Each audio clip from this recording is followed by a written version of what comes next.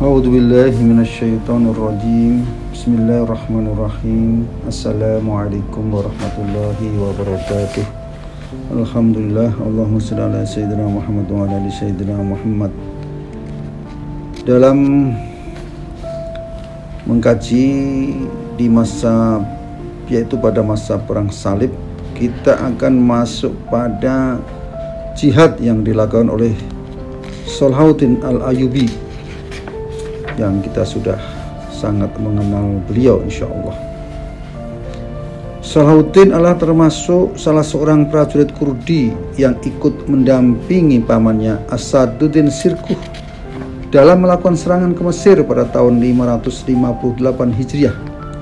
Dan ia memperlihatkan perjuangan yang mengagumkan saat menghadapi pengepungan yang dilakukan oleh pasukan salib terhadap Alexandria pada tahun 562 Hijriah.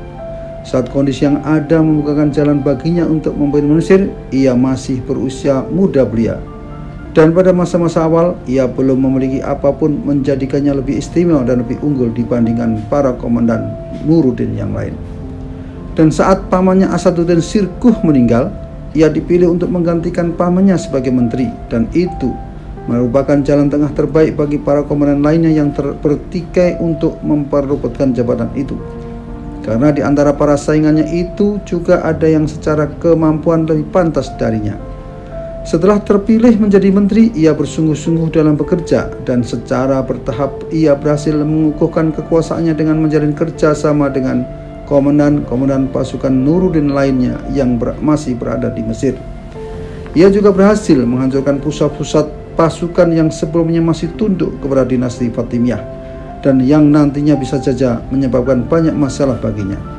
Sehingga tidak ada lagi di negeri itu kekuatan yang dapat menentangnya, dan bahkan Khalifah Fatimiyah Al-Adid tidak akan menemukan orang yang bersedia membantunya jika ia menentang kekuasaan Salahuddin. Pada masanya, para pengikut mazhab Ismailiyah baik dari kalangan ulama mereka maupun dari kalangan da'inya mulai terus berkurang. Karena dalam situasi seperti itu bisa dikatakan bahwa mereka tidak ada lagi tempat bagi mereka. Dan seiring dengan waktu, mereka pun mulai hilang dari peredaran dan hampir tidak pernah lagi terlihat. Hal ini membuat Salahuddin mulai berpikir untuk menghentikan doa bagi khalifah-khalifah dinasti Fatimiyah di mimbar-mimbar dan mengumumkan agar diganti dengan doa untuk para khalifah dari dinasti Abbasiyah. Namun saat itu ia masih merasa ragu karena khawatir akan reaksi yang muncul di masyarakat.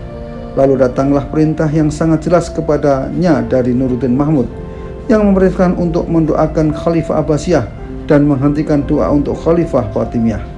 Dan ini merupakan pertanda dari kejatuhan dinasti Fatimiyah Ismailiyah di Mesir. Kejatuhan ini bukanlah sesuatu yang mudah dan dapat diterima begitu saja oleh para pengikut dan penyeru mereka, sehingga sebagian imam merasa khawatir jika harus melakukan itu.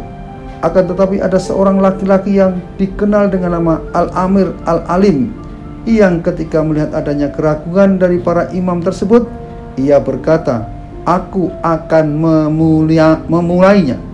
Dan pada hari Jumat bulan Muharram tahun 567 Hijriah, ia naik ke atas mimbar sebelum khatib, dan kemudian mulai mendoakan Khalifah Abbasiyah Al-Imam Al-Mastadi bin Nurillah.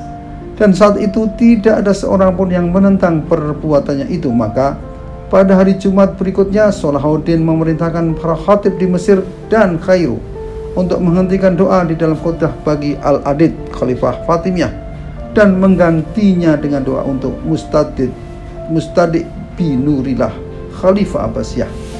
Mereka pun melakukannya dan tidak ada seorang pun yang bergerak untuk menentang atau mengingkari hal itu, sehingga semuanya dapat dikendalikan dengan baik. Setelah itu dikirimkanlah surat kepada semua khatib yang berada di seluruh wilayah dan memerintahkan mereka untuk melakukan hal yang sama. Dan saat itu penyakit yang menimpa Adid telah semakin parah, sehingga keluarganya ataupun orang-orang dekatnya tidak ada yang memberitahunya mengenai masalah itu. Mereka berkata, jika ia sembuh maka ia akan mengetahuinya sendiri. Jadi kita tidak perlu menyusahkannya pada hari-hari yang tersisa dari ajalnya ini. Kemudian Al-Adid meninggal pada hari Asyura tahun 567 Hijriah. Semua kondisi yang terjadi ini sangat menguntungkan bagi Salahuddin, karena dengan wafatnya Al-Adid pada saat itu telah menghalangi para penyuruh dinasti Fatimiyah untuk meneruskan langkah mereka. Kebahagiaan memuncah di seluruh pelosok dunia Islam ketika informasi mengenai runtuhnya dinasti Fatimiyah menyebar, karena pada tahun-tahun berikutnya dinasti ini lebih memilih untuk menjalin kerjasama dengan pasukan salib daripada harus mengeluarkan bantuan kepada kaum muslimin. Dan orang yang paling bergembira dengan hal ini adalah Nuruddin Mahmud rahimahullah, yang segera mengirimkan banyak utusan ke Baghdad dan tempat-tempat lainnya untuk membawa kabar gembira ini. Dan tidak diragukan bahwa semua ini terjadi berkat pertolongan dari Allah, kemudian juga usaha tanpa henti dari Nuruddin, dan berkat usaha Salahuddin yang menjadi pelaksana langsung di lapangan. Ada usaha yang dilakukan oleh sejumlah mantan pejabat dari dinasti Fatimiyah yang telah runtuh untuk kembali menghimpun kekuatan dan meminta bantuan kepada pasukan salib. Dan rencananya adalah apabila Salahuddin kembali keluar untuk menghadapi pasukan salib, mereka akan segera merebut Mesir untuk yang kedua kalinya. Akan tetapi Salahuddin berhasil menyingkap konspirasi yang lengah yang tengah dilakukan dan merampas surat yang mereka kirimkan kepada pasukan salib. Kemudian Salahuddin juga berhasil menghancurkan para pemimpin dari konspirasi ini dan bersungguh-sungguh untuk mengendalikan semua lini di dalam negeri. Dan ia tidak pernah lagi memberi mereka kesempatan untuk melaksanakan konspirasi mereka. Dengan keberhasilan ini, maka tidak ada lagi kekuasaan di Mesir di luar kekuasaan Salahuddin yang tetap berada di bawah kekuasaan Nuruddin Mahmud. Dan Salahuddin juga benar-benar menjaga agar tidak bertentangan dengan Nuruddin, dan ayahnya memegang peranan yang penting dalam menjauhkan perselisihan dan ketidakcocokan di antara mereka.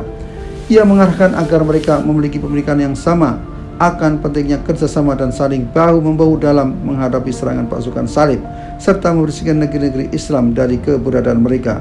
Namun demikian, Salahuddin tetap memiliki kekhawatiran jika suatu saat nanti Nuruddin akan mencopotnya dari jabatannya dan mengangkat pemimpin lain untuk menggantikan kedudukannya. Usaha pertamanya difokuskan untuk menata semua aspek di dalam pemerintahannya di Mesir dan mengembalikan Mesir ke dalam barisan Islam yang benar. Setelah sebelumnya berada di bawah kekuasaan Fatimiyah Ismailiyah selama lebih dari 200 tahun, ia berhasil merebut hati penduduknya dengan hadiah-hadiah yang diberikannya kepada mereka. Kemudian sejak awal pemerintahannya, ia telah memberi izin untuk membuka madrasah Sunni, dan madrasah yang pertama ia dirikan sendiri adalah Madrasah Syafi'iyah yang berdiri pada tahun 566 Hijriah. Ia juga menyerahkan posisi qadhi kepada salah seorang ulama Syafi'iyah. Setelah sebelumnya jabatan ini hanya bisa dipegang oleh para ulama Ismailiyah yang sering menghabiskan waktunya dengan duduk menghadiri majelis-majelis ilmu para ulama yang soleh dari ahli sunnah, di mana ia sering datang menghadiri majelis salah seorang ulama 3 hari dalam 1 minggu untuk mendengarkan hadis-hadis Nabi. Dan ia sangat menjaga agar hadis-hadis itu juga didengar anak-anaknya. Selain itu, ia juga suka mendengarkan syair dari para penyair yang tulus yang tak henti mengingatkannya akan Masjidil Aqsa yang masih berada di tangan pasukan salib dan kewajiban untuk membebaskannya. Di antara para penyair itu adalah Imaduddin Al-Khatib yang pada suatu hari melantunkan sebuah syair di hadapannya, dan di dalam syair itu ia mengatakan, "Maka pergilah untuk membebaskan Al-Quds, tumpahkanlah darah di tempat itu, dan jika engkau menumpahkannya, niscaya ia akan menjadi bersih. Hadiahkanlah pedang yang tajam kepada Sabtar, dan hadiahkan pula pedang-pedang kepada sang uskup, dan merdekakanlah negeri itu dari kekafiran. Niscaya Tuhanmu akan membebaskanmu di saat yang menakutkan itu." Karena itulah Al-Quds tidak pernah hilang dari benaknya. Dan di samping itu para ulama, penyair dan sastrawan yang dekat dengannya juga terus-menerus mengingatkannya tentang itu. Sejak memegang tumpuk kekuasaan di Mesir, Salahuddin telah banyak memikirkan tentang jihad menghadapi pasukan salib, dan ia juga telah merencanakan bahwa serangan pertamanya akan ditujukan kepada daerah pesisir pantai mereka. Namun ternyata pasukan salib telah mendahulunya sebelum ia sempat melancarkan serangan kepada mereka. Mereka seolah memaksanya untuk menerima bahwa jihad pertama yang harus ia lakukan dalam menghadapi mereka adalah mempertahankan kota Dimyat dari serangan mereka pada bulan Safar tahun 565 Hijriah. Pasukan salib melancarkan serangan mereka dengan menggabungkan antara kekuatan armada laut dan pasukan darat kerajaan Baitul Maqdis dengan pasukan Bizantium serta pasukan lainnya. Salahuddin dan para komandan pasukannya bekerja sama dengan pasukan Syam yang dikirimkan oleh Nuruddin, dan mereka berhasil melawan pengepungan yang dilakukan oleh pasukan salib dan bahkan melancarkan serangan balasan terhadap mereka, di mana kaum muslimin berhasil membakar banyak kapal milik mereka dan membunuh prajurit mereka dalam jumlah yang besar. Dan ini memaksa pasukan salib untuk mengakui kelemahan mereka dan terpaksa membuat perjanjian dengan kaum muslimin yang memberi mereka waktu beberapa hari untuk segera angkat kaki dan pergi meninggalkan Mesir. Dalam perjalanan pulang, kapal-kapal mereka diterjang oleh badai besar yang menenggelamkan sebagian besar dari kapal-kapal tersebut, dan hampir tidak ada yang selamat dari mereka selain dalam jumlah yang sangat kecil.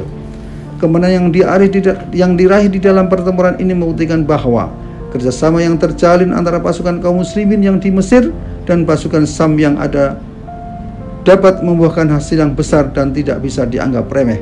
Dan kemenangan ini juga membuktikan adanya kerjasama dan sikap saling tolong-menolong antara Nuruddin dan Salahuddin dalam menghadapi serangan pasukan salib.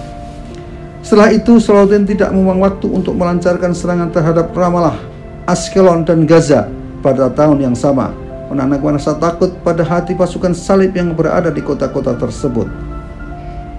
Dan salah satu operasi militer pertama Salahuddin lainnya adalah serangan yang dilancarkan terhadap sebuah pangkalan laut di sebuah pulau yang terletak di Laut Ailah, Teluk Aqabah, yang didirikan oleh pasukan salib di dekat Ailah. Dari pangkalan itu mereka dapat leluasa menyerang kapal-kapal kaum muslimin di Laut Merah, di mana mereka juga bisa mengancam kapal-kapal jamaah haji yang lewat dan menenggelamkannya.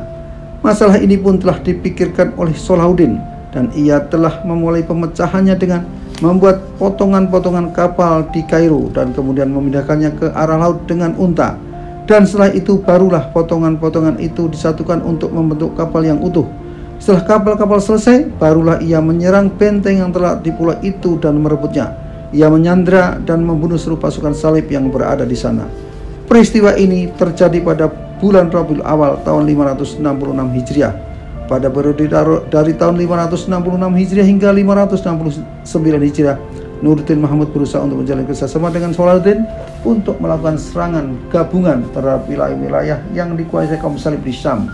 Akan tetapi kondisi saat itu ternyata tidak cocok karena Nuruddin telah sibuk untuk menyatukan beberapa wilayah di Syam dan menggabungkan ke dalam negeri Nuriyah.